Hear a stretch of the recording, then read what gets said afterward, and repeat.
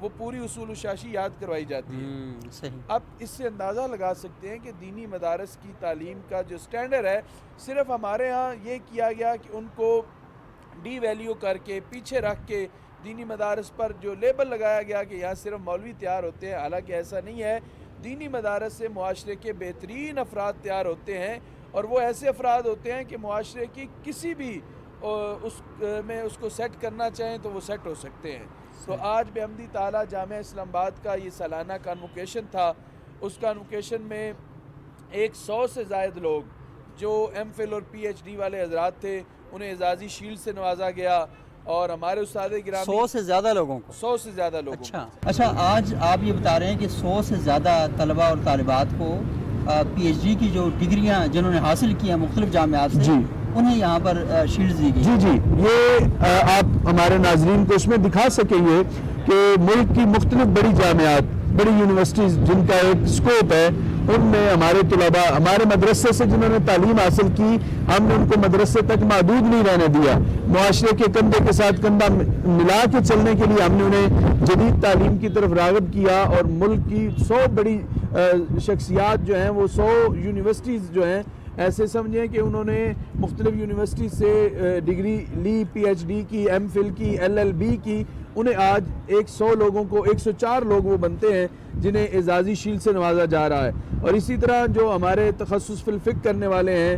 جو ایک بہت بنیادی کورس ہوتا ہے، آج کل آپ اگر معاشرے میں مفتی ڈھونڈنے کے لیے نکلیں تو نام کے مفتی تو شاید آپ کو بہت سارے مل جائیں، لیکن جو تنظیم المدارس اہل سنت پاکستان نے نصاب مرتب کیا ہے، اس نصاب کا جو انٹری ٹیسٹ ہے، آپ یوں سمجھیں کہ جو عالمیہ کا کورس پاس کر کے آتے ہیں، ان میں سے بھی 100 میں سے 5 لوگ وہ انٹری ٹیسٹ پاس کر سکتے ہیں۔ اتنا مشکل انہوں نے بنایا ہے۔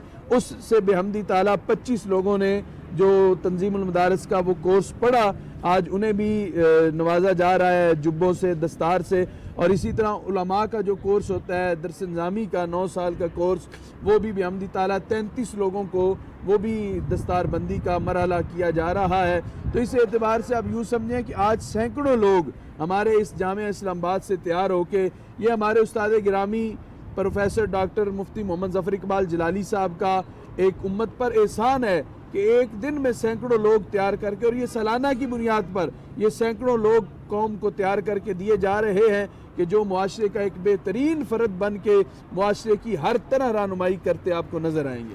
اچھا ڈاکٹر صاحب، آپ نے کہا کہ انٹری ٹیسٹ بڑا سخت ہے اور بڑا مشکل ہے، تو یہاں پر ایک سوال ہوتا ہے تفنن برطرف کہ دین بڑا آسان ہے، انٹری ٹیسٹ آپ نے اتنا مشکل کیوں رکھا ہوا ہے؟ وہ اس لیے رکھا ہوا ہے کہ یہ جو دین کے مسائل بتانے کا معاملہ ہوتا ہے، اصل میں ہمارے ہاں پیغام پاکستان ایک پیچھے بنا جس میں فتوے کے لیے اتنی محنت کی گئی کہ کون فتویٰ دے کون فتویٰ دے، اس کام کو روکنے کے لیے کہ ہر آدمی مفتی نہ بن جائے، صحیح، یعنی جس کی پوری دسترس ہے، جو علوم دینیہ پر مہارت تامہ رکھتا ہو، وہ مفتی بنے نا، وہ مفتی بنے۔ اس لیے یعنی دین کی جو سختی ہے، دین اپنی طرح آسان ضرور ہے، عمل کرنے کے لیے آسان ہے، عمل کرنے کے لیے آسان ہے، لیکن فہم دین حاصل کرنے کے لیے ایک بہت مشکل کام ہے۔ اور یہ جو انٹری ٹیسٹ رکھا گیا ہے، دیکھیں یہ بھی قوم کی بھلائی کے لیے رکھا گیا ہے کہ اگر ہم اس انٹری ٹیسٹ کو چھوڑ دیں، جو بھی ہے اسے سند اٹھا کے دیتے جائیں، جس طرح ہمارے ہاں بہت ساری جامعات میں، اب یہ بھی ایک اندازہ لگائیں، دینی مدارس میں ایسے سند نہیں ملتی، پورا سلسلہ جوڑا جاتا ہے، پھر اس کو پڑھایا جاتا ہے، لکھایا جاتا ہے، پھر سارا کچھ کرنے کے بعد سند دیتے ہیں، جبکہ معاصر دیگر جو نظام ہائے تعلیم ہے وہاں تو سند پیسوں سے بھی مل جاتی ہے، یہ آپ کے علم میں ہے، ہمارے ناظرین بھی اس کو سمجھتے ہیں۔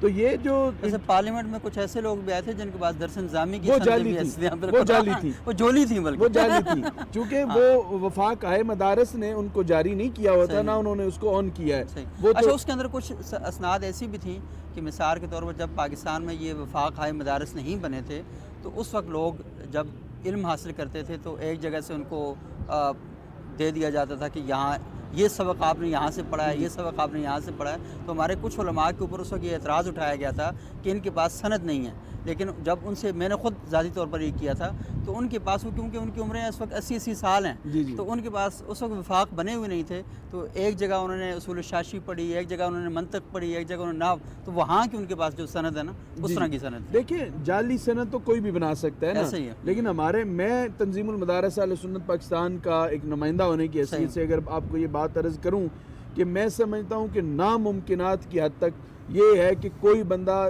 جعلی ڈگری لے سکے، یعنی وہ پیسے کی بل بوتے یا طاقت کے بل بوتے، یعنی آپ نے اس کا سسٹم جو اتنا سٹرانگ بنا دیا ہے سسٹم کہ اب اتنا وہاں پر سٹرانگ نہیں ہے کہ کوئی آدمی سوچ بھی نہیں سکتا کہ تنظیم المدارس کی ڈگری اسے جعلی پڑھے نہیں تو اسے حاصل ہو جائے، بغیر پڑھے حاصل ہو جائے۔ بغیر اور پڑھے انٹری ٹیسٹ کا بھی آپ نے ایک نظام قائم کر دیا ہے جی کہ اب کوئی بندہ مفتیوں کا کورس کرنے کے لیے آئے گا تو کم از کم اس کی بنیادی جو پرکھ ہے، اس کی صلاحیت ہے تو وہ ہے یا نہیں ہے۔ دیکھیں اس کے جتنے بغیر علوم دینیہ چاہیے ایک مفتی کو، ان سب سے ہم سوال کرتے ہیں اور وہ سوال اتنے مشکل ہوتے ہیں کہ اس کے جواب میں نے آپ کو عرض کیا کہ 100 میں سے 5 لوگ صرف اس کو کر پاتے ہیں، اور وہ 5 پھر جب آگے امتحان کے مرحلے سے گزرتے ہیں تو میں یہ جو بتانا آپ کو یہ چاہ رہا تھا کہ جامعہ اسلام آباد کا یہ اعزاز ہے کہ اتنا مشکل جو مرحلہ ہے اس میں بھی بحمدِ تعالیٰ آج ہم نے قوم کو 25 مفتی دیے ہیں جو باقاعدہ پڑھے ہیں، سند یافتہ ہیں۔ یہ جامعہ اسلام آباد کا امت پر احسان ہے، یہ بڑی بات ہے بالکل۔ اور اچھا یہ ایک بڑا اہم مسئلہ جس طرف آپ نے متوجہ کیا۔ اچھا یہ مجھے بتائیے گا کہ آپ نے یونیورسٹی جو قائم کیا یہاں پہ، تو عموماً ہم دیکھتے ہیں کہ باقی یونیورسٹیز کے اندر مخلوط نظام تعلیم ہے، تو کیا یہاں پر طالبات بھی پڑھ سکیں گی پردے میں یا نہیں؟ طالبات ضرور پڑھیں گی، ہم طالبات کی تعلیم پر قطعاً قدغن لگانے کے قائل نہیں ہیں۔ طالبات کا سسٹم ہمارا الحمدللہ بڑا سٹرانگ پہلے بھی موجود ہے اور ہماری یونیورسٹی کے اندر بھی طالبات ضرور پڑھیں گی۔ صحیح۔ اچھا ایک جو بڑا اعتراض یہ کیا جاتا ہے کہ جو معاشرے کے اندر اجنبیت ہے اہل مدارس کے ہاں اور باقی جو لوگ ہیں ان کے ہاں، تو دو قسم کی ہے۔ ایک یہ ہے کہ جو نظام تعلیم اور نصاب تعلیم ہے اس کی، تو وہ باقی کہیں دکھائی نہیں دیتا۔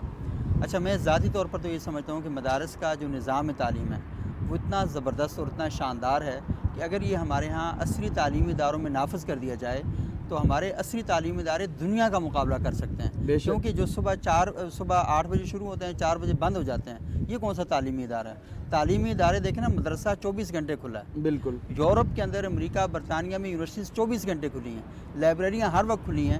یہاں پر سسٹم یہ ہے کہ صبح 8 بجے یونیورسٹی شروع ہوتی ہے اور اس وقت لائبریری کھلتی ہے، 4 بجے کلاسیں بند ہوتی ہیں اور 4 بجے لائبریری بند ہو جاتی ہے۔ اب لائبریری سارا دن خالی پڑی رہتی ہے، وہاں کوئی جاتا ہی نہیں ہے۔ تو یہ صورتحال ایک سسٹم بنایا، لیکن مدارس نے ماشاءاللہ وہاں پر ایک بہت شاندار نظام ہے۔ آپ اگر مدارس میں دیکھیں نا جی، ہمارے یہاں اب شعبہ حفظ کے بچے صبح 4 بجے اٹھتے ہیں۔ جی بالکل۔ اتنا سہانا موسم ہوتا ہے اور اتنا سہانا ماحول ہوتا ہے، نیچر کے قریب ہے، بالکل کوئی شور نہیں ہے۔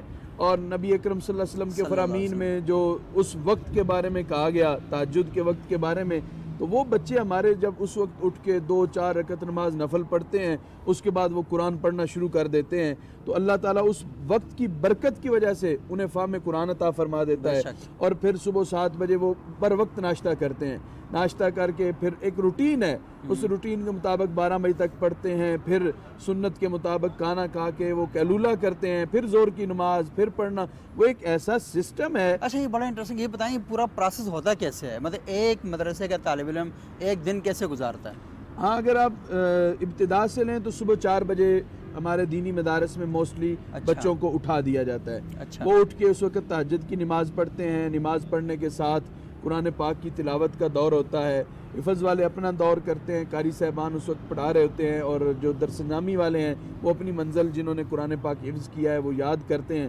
اس کے بعد پھر 7 بجے ہمارے ہاں عمومی طور پر ناشتے کا، یاد نہیں کیا وہ کیا کرتے ہیں؟ وہ ناظرہ پڑھتے ہیں، قرآن پاک جو برکت کے لیے پڑھا جاتا ہے وہ پڑھتے ہیں، یا اپنے اسباق کو وہ دہرانا شروع کر دیتے ہیں۔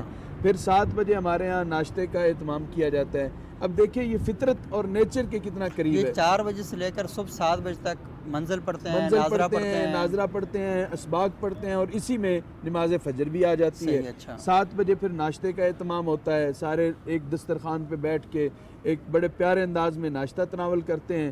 اس کے بعد پھر ناشتے میں کیا کھاتے ہیں؟ ناشتے میں ہمارے ہاں مختلف چیزیں ہوتی ہیں، چائے ہوتی ہے، سالن ہوتا ہے۔ سالن میں موسٹلی ہمارے اپنے ادارے کی اگر بات کریں تو چنے بنائے جاتے ہیں، بسا اوقات اور بھی سالن بن جاتا ہے، اور اس کے ساتھ چائے ہوتی ہے۔ ہمارے ہاں چائے کے لیے بحمدی تعالیٰ اگر میں آپ کو ایک بڑی دلچسپ بات بتاؤں تو اسلام آباد میں رہتے ہوئے ہمارے ادارے کا دودھ سرگودا سے آتا ہے۔ اچھا، جو ہم تو یہ جو باہر سے افراد ہیں وہ بھی پی سکتے ہیں چائے؟ جی ضرور، موسٹ ویلکم۔ یعنی ہم تو بچوں کو کہتے ہوتے ہیں کہ دیکھیں اس پورے اسلام آباد میں آپ دیسی چکی کا آٹا ڈھونڈنے پہ آپ کو ملے گا، ہمارے ادارے میں آپ جس وقت تشریف لائیں آپ کو دیسی چکی کا آٹا اچھا وہ بچوں کو کھلایا تو آپ جاتا ہے. عیاشی کروا رہے ہیں طلبہ کو. نہیں عیاشی نہیں, آپ ہم بچوں نہیں کو اس تیار دور کر رہے ہیں. میں چکی کا آٹا جی اور خالص دودھ یہ کہاں دیکھیں، ملتا ہے حضرت؟ آپ ہمارے پاس تشریف لائیں. صحیح. یہ ایک بڑی دلچسپ بات ہوگی ہمارے ناظرین کے لیے بھی کہ سرگودا سے دودھ آتا ہے, ایک دن قبل آ جاتا ہے, اس کو ہم اگلے دن استعمال کر لیتے ہیں, پھر دوسرے دن کے اچھا. لیے آ جاتا ہے, اور آٹا ہمارا پیور دیسی آٹا ہوتا ہے. اچھا بچوں کو ناشتہ کروایا جاتا ہے, ناشتے کے بعد اسمبلی کا دور ہوتا ہے, سارے اچھا. بچے اس میں حفظ, تجوید, درس نظامی, تخصص, مفتی کورس سارے اس میں شامل ہوتے ہیں. اچھا. اس میں اجتماعی دعا کی جاتی ہے. اس کے بعد پھر درس نظامی کی کلاسز کا دور ہوتا ہے 12 بجے تک. اچھا حفظ والے چونکہ جلدی اٹھتے ہیں تو ان کو ہم 10:30 بجے چھٹی دے دیتے ہیں. اچھا 10:30 بجے انہیں کھانا بھی دے دیتے ہیں اور چھٹی بھی دے دیتے ہیں. یعنی 10:30 بجے وہ لنچ کرتے ہیں؟ جی, اچھا اور تو پھر کیا کرتے ہیں؟ اس کے بعد سو جاتے ہیں. اچھا اور جو درس نظامی والے ہیں وہ 12 بجے سوتے ہیں, اچھا اور 1:15 بجے دوبارہ اٹھ کے زور کی تیاری کرتے ہیں. ہمارے ہاں ان دنوں میں 1:30 بجے جو ہے وہ زور کی نماز ہے. صحیح. نماز کے بعد حفظ والوں کی الگ کلاسیں لگ جاتی ہیں, درس نظامی والے جو ہے وہ اپنا مطالعہ تکرار شروع کر دیتے ہیں. زور سے عصر کا پورا جو ایریا ہے یہ بچے پڑھتے ہیں. اچھا عصر کے بعد ہمارے ہاں ایک بہت بڑا وسیع اور عریض گراؤنڈ ہے جس میں 5-7 کرکٹ کی ٹیمیں ہمارے اپنے جامعہ کی اچھا. ہوتی ہیں, اور والی بال کی 2 ٹیمیں ہیں, یعنی 2 الگ الگ نیٹ وہ لگتے مجھے ہیں. آپ نے کرکٹ کہا تو مجھے ایک مولوی صاحب کی تقریر یاد ہے, یعنی کھیڑ کافران دی ایکسرسائز ہے نا بچوں کو اچھا. فریش ہونے کے لیے. مطلب آپ کے یہاں اس کی کوئی ممانعت نہیں ہے, جو بچہ جو گیم کھیلنا چاہے کھیل سکتا ہے؟ جی, جو گیم سے بہت ساری گیمیں آگے نہیں میں کہہ رہا ہوں ہاکی, کرکٹ, فٹ بال, یہ ٹینس, والی بال ہے, والی بال اور کرکٹ, یعنی جس میں باڈی کی ایکسرسائز ہو. جی بالکل, بچے فریش ہونے کے لیے. صحیح. کچھ بچے ایسے بھی ہیں ہمارے جو کرکٹ نہیں کھیلتے لیکن وہ کچنار پارک ہے ہمارے پاس تقریباً 3 کلومیٹر کا, وہ اس میں واک کرنے چلے جاتے ہیں. صحیح. پھر مغرب کی نماز کے لیے سارے آ جاتے ہیں. اچھا کھیلوں کی کوئی ٹیمیں ہیں ادارے کی طرف سے؟ جی ہمارے, میں عرض کر رہا ہوں نا 5-7 ٹیمیں تو ہماری اپنی کھیل رہی ہوتی ہیں. آپ کبھی, میں آپ کو دعوت دوں گا, آپ اب تو چھٹیوں کا سیزن چل پڑا ہے, رمضان کے بعد جب کلاسیں سٹارٹ ہوں گی آپ آئیں تو آپ دیکھیں گے کہ وہاں پہ ایک میلہ لگا ہوتا ہے ہمارے بچوں کا جو کھیل رہے ہوتے ہیں. تو اس کے بعد پھر مغرب کی نماز ہے, اور سردیوں گرمیوں میں الگ الگ روٹین ہوتی ہے کہ سردیوں میں کھانا عشاء کے بعد دیتے ہیں چونکہ راتیں لمبی ہیں, اور گرمیوں میں ہم مغرب کے بعد کھانا دے دیتے ہیں چونکہ دن بڑے ہوتے ہیں. صحیح. تو مغرب کے فوراً بعد کھانا, نماز, پھر عشاء کے بعد 10 بجے تک ہماری کلاسز چلتی ہیں. اچھا. 10 بجے پھر چھٹی ہو جاتی ہے. قانونی طور پر انہیں چھٹی ہے, لیکن مدارس کا یہ ماحول ہے کہ بچے خود سے بیٹھ کے 10 کے بعد بھی تکرار کرتے ہیں, تکرار کر رہے ہوتے ہیں. صحیح. تو یہ ایک ان کا روزمرہ کا جو شیڈول ہے وہ میں نے آپ سے ڈسکس کیا ہے. اچھا یہ تھوڑا سا ناظرین کو بتائیں تکرار کیا ہوتا ہے, یہ نہ ہو کہ کہیں کہ تو تکرار کر رہے ہوتے ہیں نا, یہ ذرا بتائیں ان کو. ہمارے ہاں ایک جملہ بولا جاتا ہے العلم یزداد بالتکرار. صحیح, ہاں, علم تکرار کے ساتھ بڑھتا ہے. یہ تو تکرار والا تکرار نہیں ہے, یہ ایک چیز کو بار بار پڑھنا.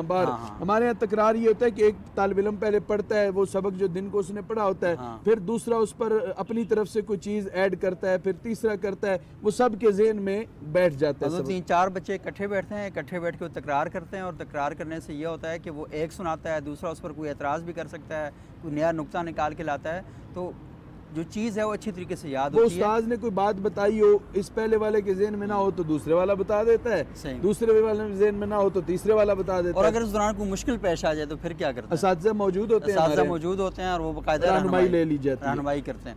نوٹس بنائے ہوتے ہیں بچوں نے, ان کو دیکھ لیتے ہیں کہ یہاں پہ استاد صاحب نے کوئی ضروری بات کہی ہو, یا ہمارے اساتذہ تو موجود ہوتے ہیں جس سے رہنمائی لینی ہو. ایک استاد تو لازمی جو نائب ناظم تعلیمات یا ناظم تعلیمات موجود رہتے ہیں ہر وقت, ان سے رہنمائی لی جا سکتی ہے. اچھا بہت ڈاکٹر صاحب بہت ہی امپورٹنٹ اور بڑی اہم گفتگو بھی آپ نے کی, اور ناظرین آپ کو علم ہوا ہوگا کہ مدارس کا جو نظام ہے, میں نے کئی پروگراموں میں یہ بات کی کہ مدارس کا نظام سب سے بہترین نظام ہے, اور کاش کہ ہمارے جو عصری تعلیمی ادارے ہیں اس نظام کو فالو کریں. نصاب کے معاملے میں اور مزاج کے معاملے میں 2 مختلف باتیں ہیں, ان پر ہم پھر کبھی بات کر لیں گے, لیکن نظام اتنا شاندار ہے کہ یہ جس طرح صرف تکرار کی بات ہے. مجھے بتائیں کہ ہمارے ہاں کلاس میں بچہ جو پڑھتا ہے تو کبھی کبھار یا کچھ والدین اپنے بچوں کو ٹیوشن پڑھاتے ہیں, لیکن باقی بچے وہ جو کلاس میں پڑھا ہوا ہے ان کو اگلے دن نہیں یاد رہتا, لیکن مدارس کے بچوں کو تکرار کی وجہ سے اگلے دن بھی وہ چیزیں ازبر ہو جاتی ہیں اور ہمیشہ کے لیے یاد رہ جاتی ہیں. کیونکہ جب آپ گفتگو کرتے ہیں اس میں سے کئی نکات پر بات چیت کرتے ہیں تو آپ کا ذہن جو ہے وہ ایکٹیو ہو جاتا ہے اور آپ بڑے اچھے طریقے سے چیزوں کو لے کے چل سکتے ہیں. تو یہ بہت ہی زبردست قسم کی کاوش ہے. اور آج یہ جو بچے اس سارے نظام سے تیار ہو کر نکلے ہیں اور انہوں نے ڈگریاں حاصل کی ہیں اور آج ان کی دستار بندی ہو رہی ہے, ان کے سروں پر عمامے پہنائے جا رہے ہیں, ان کے والدین یہاں پر موجود ہیں, ان کی مائیں یہاں پر آئی ہیں, ان کی بہنیں یہاں پر موجود ہیں اور وہ ان کو مبارکباد دینے کے لیے یہاں پر آئی ہیں, اور بہت ہی خوبصورت اور بڑا شاندار منظر ہے.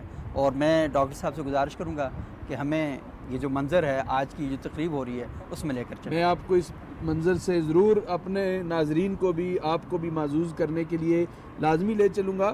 آپ دیکھیں گے کہ شادی سے بڑا سما ہوتا ہے. واہ, یعنی یہ کامیابی ہے نا جی. جی جی ہاں, شادی بھی ایک خوشی کا نام ہے, شادی ایک خوشی کا یہ نام کامیابی کا ہے, نام ہے. لیکن شادی میں آپ دیکھیں, ہمارے بچوں کو بھی آپ ناظرین کو دکھائیں گے کہ شادی میں اتنے ہار نہیں پہنائے جاتے جتنے آج کے دن ہار پہنائے جاتے ہیں. جو 9 سال عالم دین یا حفظ قرآن کر کے آتے ہیں, اتنی بڑی خوشی ہوتی ہے کہ گویا کہ اس کو شادی سے بھی بڑی خوشی والدین بھی سمجھتے ہیں اور بچے بھی سمجھتے ہیں. اور شادی ناکام ہو جاتی ہے کبھی کبھار, اور لیکن یہ ناکام نہیں ہوتا, علم کبھی ناکام نہیں ہوتا, یہ اللہ کامیاب کرے ہوتا سب ہے. کی شادیاں بھی کامیاب رہیں. اللہ کرے آئیں انشاءاللہ. چلتے ہیں ہم چلیں, ناظرین کو بہت دکھاتے ہیں. شکریہ, یہاں بہت مہربانی, آ جائیں.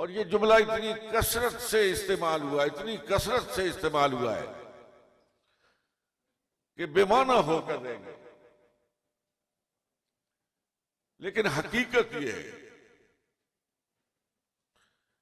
کہ فی الواقع آج پاکستان اپنے مشکل ترین دور سے گزر رہا ہے.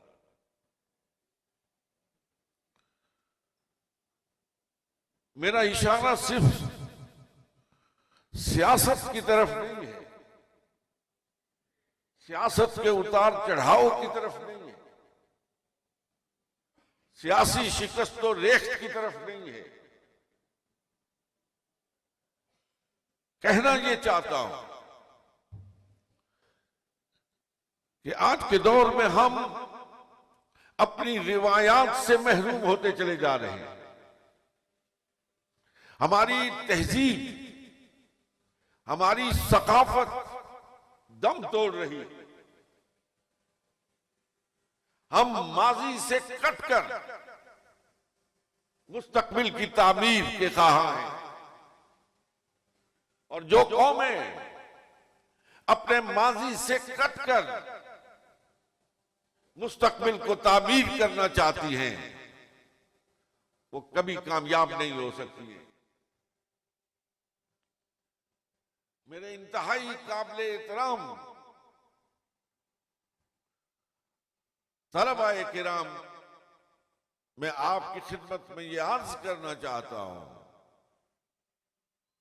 کہ مجھ جیسے لوگ جو اپنا وقت گزار چکے ہیں، اب وقت آپ کا ہے. اب اس امت کی گرداب بلا میں پھنسی ہوئی کشتی کو ساحل مراد تک لانا یہ آپ کی ذمہ داری ہے. آپ نے چومکھی لڑائی لڑنی ہے. آپ نے جہاں سیاست، تہذیب اور ثقافت پر پہرا دینا ہے، وہاں ساتھ ساتھ مذہب کے نام پر مذہبی تفرقہ بازی اور مذہب کے نام پر باہم دست و گریبان لوگوں میں بھی ایک امن اور آشتی کی فضا کو پیدا کرنا ہے. اب انتہائی ادب کے ساتھ ملتمس ہوں مفتی اعظم پاکستان حضرت قبلہ مفتی منیب الرحمان صاحب، مرکزی صدر تنظیم المدارس اہل سنت پاکستان، آپ خطاب فرمائیں گے. بسم اللہ الرحمن الرحیم، حامدا للہ عز وجل سبحانہ وتعالی ومصلیا ومسلما علی رسول اللہ وعلی آلہ الکرام وصحبہ العظام اجمعین. وبعد، آج کی مبارک تقریب کے صدر نشین حضرت شیخ الحدیث علامہ مفتی سید نوید الحسن مشہدی صاحب دامت برکاتہم، سجادہ نشین آستانہ عالیہ بھکی شریف، اور حضرت محترم پروفیسر ڈاکٹر ساجد الرحمان صاحب دامت برکاتہم،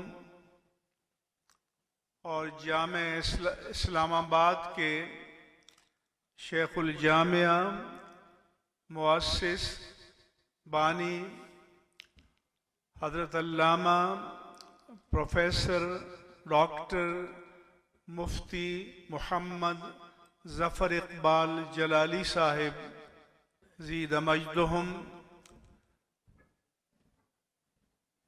اسٹیج پر تشریف فرما صاحبزادگان والا شان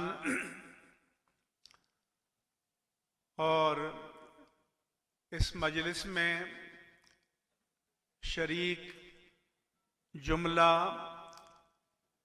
اصحاب فکر و نظر، اہل علم و دانش، معاشرے کے مختلف طبقات کے نمائندہ حضرات، جامعہ اسلام آباد کے اساتذہ کرام، متخصصین، فضلاء اور مختلف مناصب پر فائز علماء اور طلباء اور تمام حاضرین مجلس، السلام علیکم ورحمۃ اللہ وبرکاتہ۔ آج ہم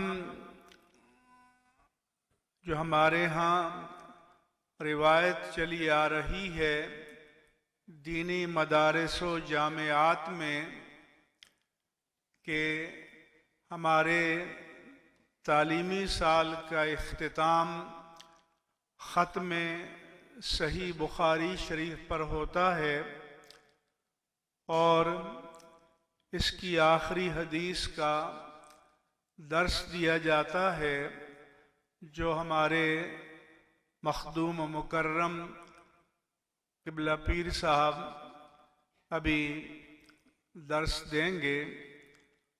میں اسی آخری حدیث کا جو ترجمۃ الباب ہے یا عنوان امام محمد بن اسماعیل بخاری رحمہ اللہ تعالی نے قائم کیا تھا کہ باب قول اللہ عز وجل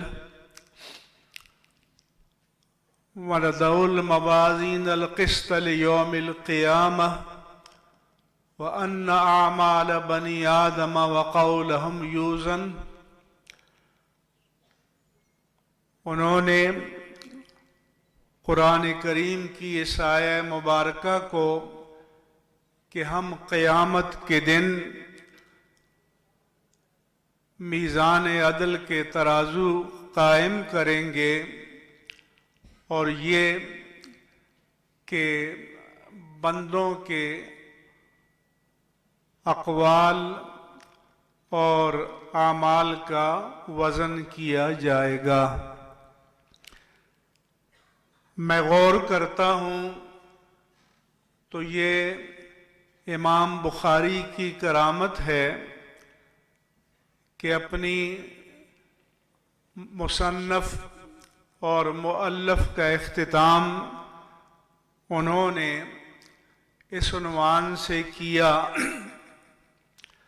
اور جو فتنہ بنو عباس کے زمانے میں پیدا ہوا اور وہ فتنہ آج تک چلا آ رہا ہے وہ یہ ہے کہ ہمارے لیے میزان حق اور معیار حق وحی ربانی ہے یا عقل انسانی ہے۔ اگر تم زمین و آسمان کی حدوں سے نکل سکتے ہو تو نکل کر دیکھ لو، تم جہاں بھی نکل کر جاؤ گے وہاں اللہ کی بادشاہت ملے گی۔ یعنی تم ہو سکتا ہے کہ زمین کی حد سے نکل جاؤ، سیاروں کی حد سے نکل جاؤ، لیکن اللہ کی بادشاہت و اقتدار کی حد سے نہیں نکل سکتے۔ اب 1000 سال تک انسان کتنا اور سفر کر لے تو یہ قرآن کی آیت اپنی حقانیت پر قائم رہے گی کہ جہاں جہاں انسان کا سفر ہوگا وہاں اسے اللہ کی بادشاہت، اللہ کی حاکمیت اور اللہ کی قدرت نصیب ہوگی۔ اور چونکہ ٹائم کافی ہو گیا، وَمَا عَلَيَّ إِلَّا الْبَلَاغُ الْمُبِينُ۔ عبارت پڑھی جائے گی، مولانا محمد وسیم جلالی صاحب آپ عبارت پڑھیں گے اور قبلہ مرشد گرامی بخاری شریف کی آخری حدیث شریف کا درس ارشاد فرمائیں گے۔ بسم اللہ الرحمن الرحیم۔ باب قول اللہ تعالی وَنَضَعُ الْمَوَازِينَ الْقِسْطَ لِيَوْمِ الْقِيَامَةِ وأن أعمال بني آدم وقولهم يوزن. وقال مجاهد: القسطاس والعدل بالرومية، ويقال القسط مصدر المقسط وهو العادل، وأما القاسط وهو الجائر.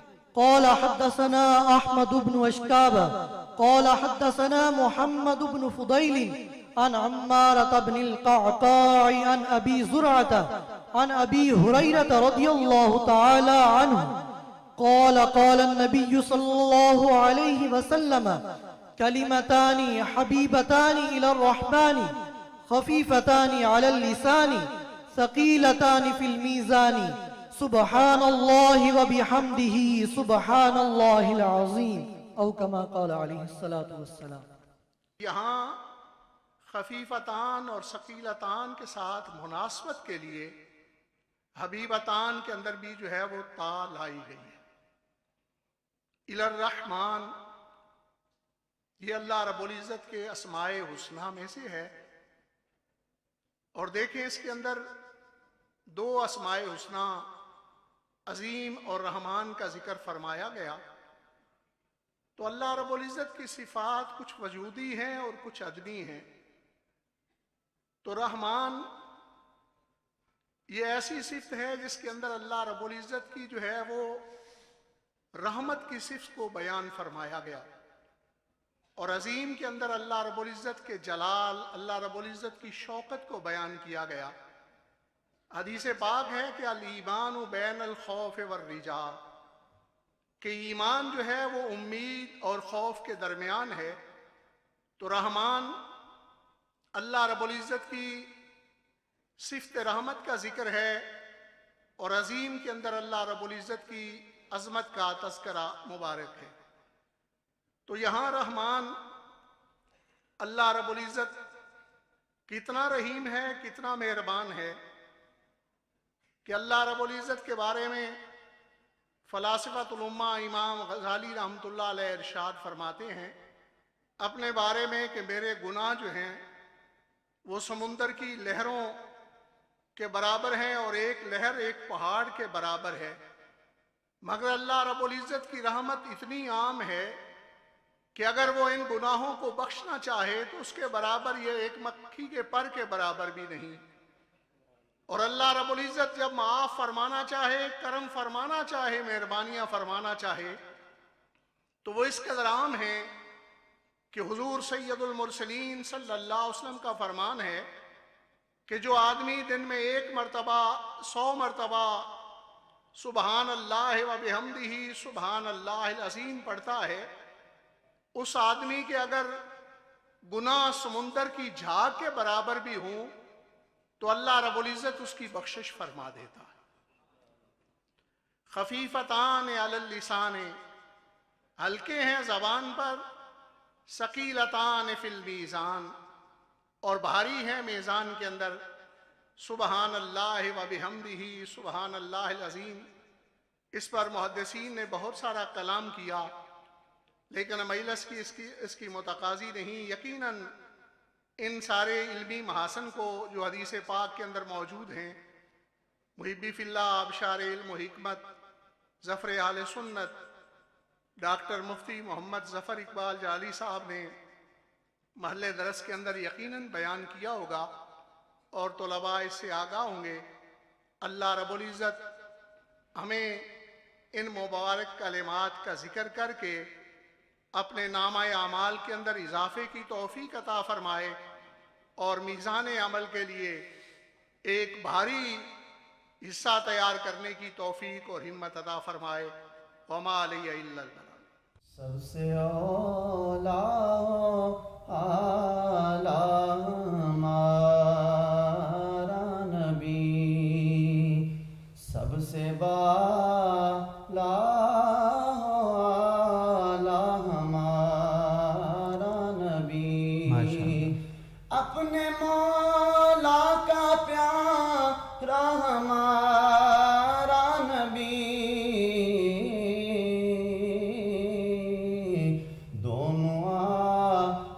کا دولا ہمارا نبی، دونوں عالم کا دولا ہمارا نبی خلق سے اولیاء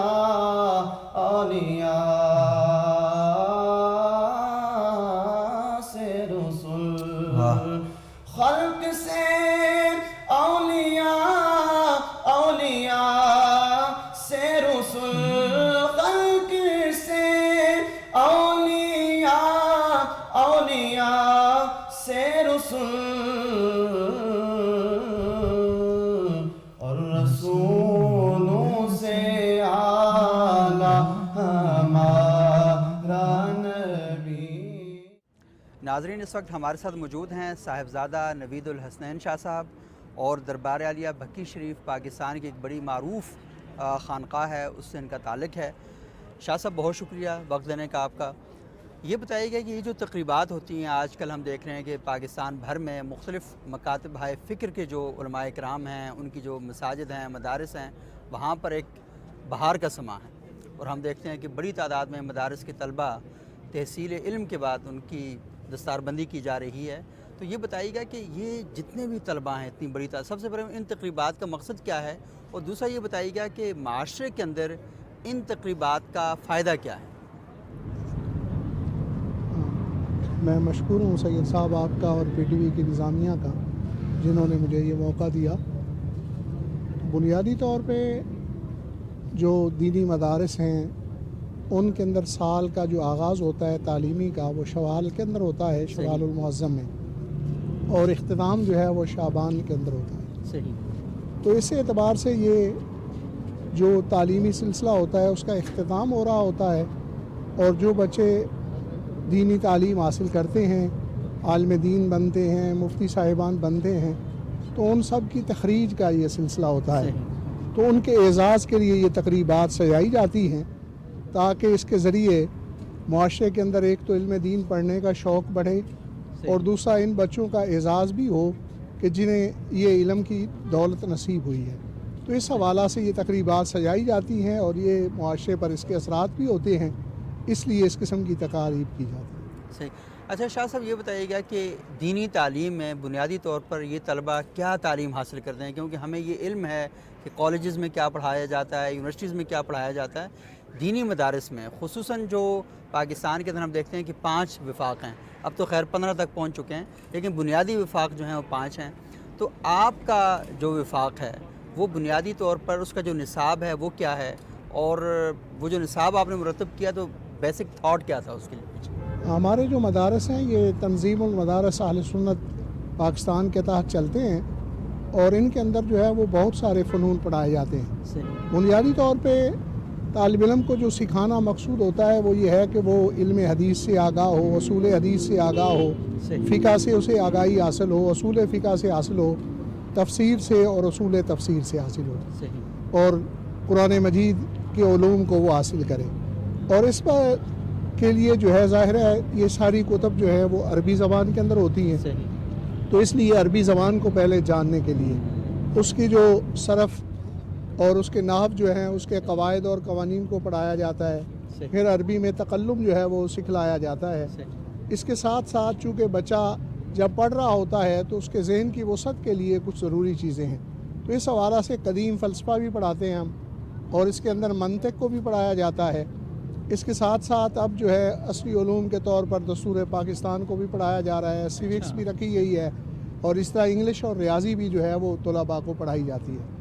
تو اس طرح ایک جامع تاکہ معاشرے کے لیے ایک عالم دین جو پوری اچھے انداز میں دینی خدمات انجام دے سکے، اس کا بندوبست بنیادی طور پہ سلیبس کے اندر کیا گیا ہے، کس انداز میں علماء تیار ہوں۔